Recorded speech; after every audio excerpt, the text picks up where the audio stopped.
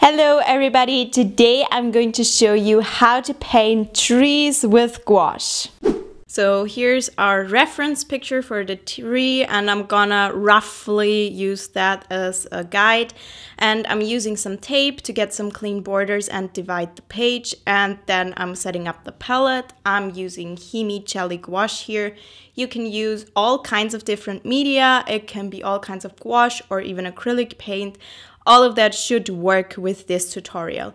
So here you can see that I'm picking different green tones, a yellow tone, and some blue tones. And I forgot the brown, and I added that later on when I started painting the trunk of the tree.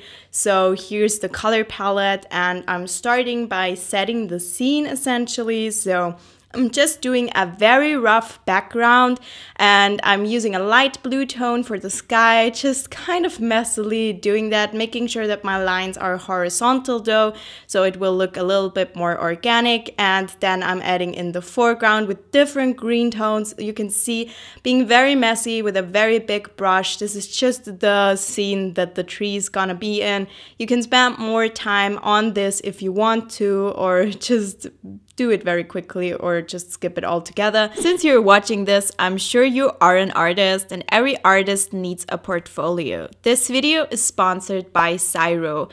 I was actually surprised how easy and quick it was to build a website with their builder. It took me about half an hour to build this website, and I'm sure it could have included even more features, but it was super easy to build the portfolio. And Xyro is actually the most affordable option on the market, and their websites load very fast. So if you scroll through, that's always good to see.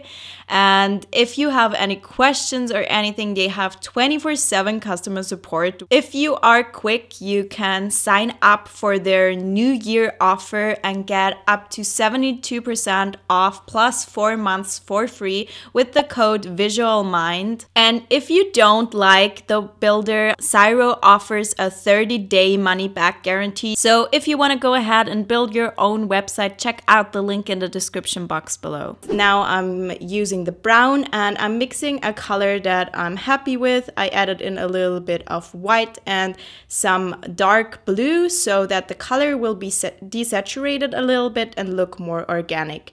And now I'm painting the tree trunk and stems, branches, everything that's brown essentially.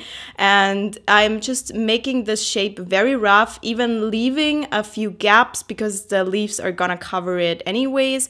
And now I'm mixing the first green tone again, desaturating it a little bit, this time with brown. And now we have a little bit more of an organic color.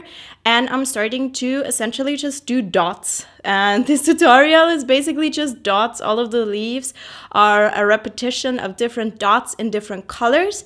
I would say go one color at a time. So you can see here I was using a mid-tone green color. This is going to be really a mid-tone that's gonna set the scene essentially. And now I'm mixing a bit of a lighter tone. This one is much brighter. Now I'm doing that all over the tree. And so I'm going color by color and just spreading them around a little bit, and make sure that they're spread quite randomly so it can look a little bit more organic.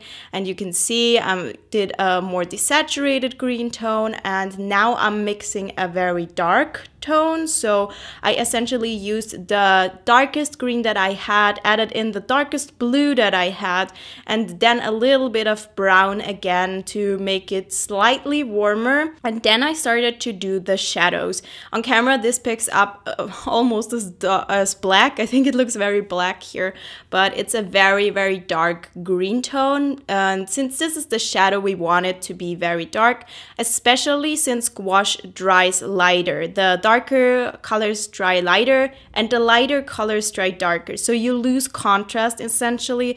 So make sure that your contrast is really there when the paint is wet, because you're gonna lose it when it dries a little bit.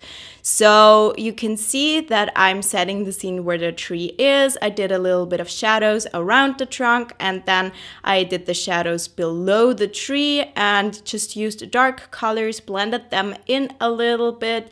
And then I'm going in and filling some of the little holes that I made. I thought that it was a little bit too much. I wanted it to be a little bit more bushy, so I did that. I also did that with the shadows, so it looked a little bit more clean and we don't have too many dots, because you can go overboard with the dots.